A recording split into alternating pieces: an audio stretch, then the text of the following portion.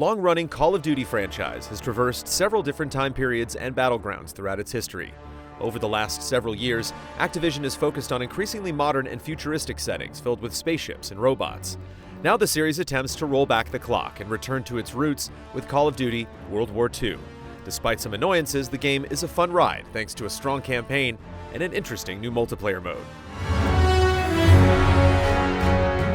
The campaign follows Red Daniels, an eager farm boy from Texas who travels across the battlefields of Europe with the rest of his squad from the 1st Infantry Division. The game makes a consistent effort to flesh out Daniels and his squad mates with their backstories, motives, and temperaments. Personality shines through the other members of your team, including the wisecracking Zussman and Josh Duhamel's harsh and uptight character, Sergeant Pearson. Other characters don't show as much depth, but they're still welcome company. Daniels! This is what you trained for! Now pick up that banger! Missions cover familiar environments like the beaches of Normandy and ruined cities, but while we've covered these grounds many times before, Call of Duty still manages to keep each level engaging thanks to the over-the-top action and set pieces that the series is known for.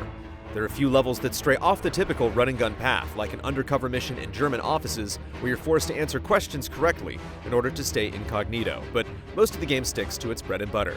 Now we need to move! Now! Lead the way! Fellow squad mates aren't completely useless in combat thanks to their special abilities. When racking up kills, a meter fills up above a squad mate's head. When full, the player can choose to receive items that will aid them in combat. These range from additional ammo, artillery strikes, and first aid kits. First aid kits are by far the most important of these since regenerating health is no longer a part of the campaign, making it much more risky to run in blind. While the squad mechanic is a simple addition, it works well to bring value to your brothers in arms, as they're no longer just shouting heads. Tree's coming down! Watch out!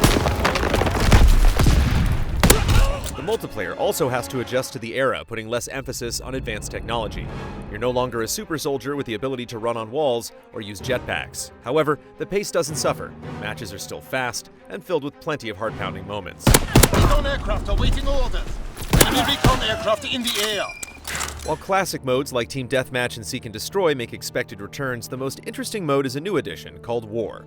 In War, one team attempts to complete strategic objectives like escorting a tank or building a bridge, while the other team tries to stop them. Each match has 3 phases of objectives, and when the round is over, the teams switch sides, giving the other team a chance to beat their opponent's time.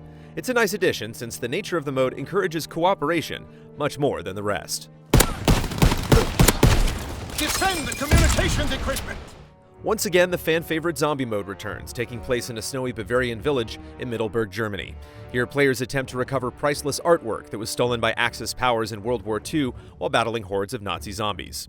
The 4 playable characters, like Drosten Hind, played by David Tennant, are mostly enjoyable even though some of the repetitive dialogue can get old fast. Quiet is good, let's hope it stays that way. Characters can also be customized with abilities and weapon parts, or you can pick from pre-made loadouts. Like all the iterations before it, it's a bizarre and challenging romp that's highly addictive. Stop it!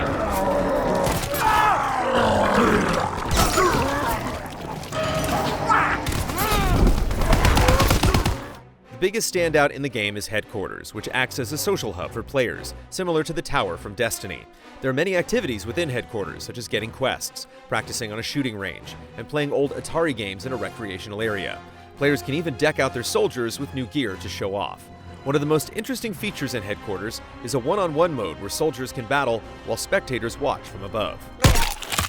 While this entry in the Call of Duty franchise takes good ideas from other games, it also continues with its take on loot boxes, known as supply drops. You earn supply drops by completing a variety of tasks, like contracts and time challenges. Supply drops associated with multiplayer consist of cosmetic items and simple XP boosts, but the ones in Zombies mode contain consumable power-ups. Having the right power-up in a certain situation can make a huge difference. There's one that gives you one-shot kills, while another simply eliminates an entire group of enemies. Thankfully, only 2 power-ups can be equipped at a time. There's also a social scoring system that strangely includes rewards for watching other players open supply drops and encourages you to congratulate them. As of now, there's no means to put down cash to buy supply drops. Call of Duty does have an ongoing currency known as CP that's purchased primarily with real money, but at this time, it's unclear how it will be used in World War II.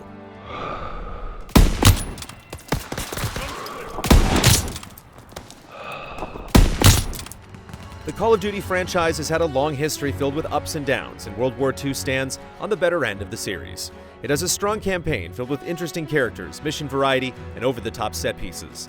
The multiplayer is satisfactory thanks to its deep customization and new modes like War, and Nazi Zombies is as crazy as ever. It's a shame that loot boxes and CP make a return, but there's still much to enjoy.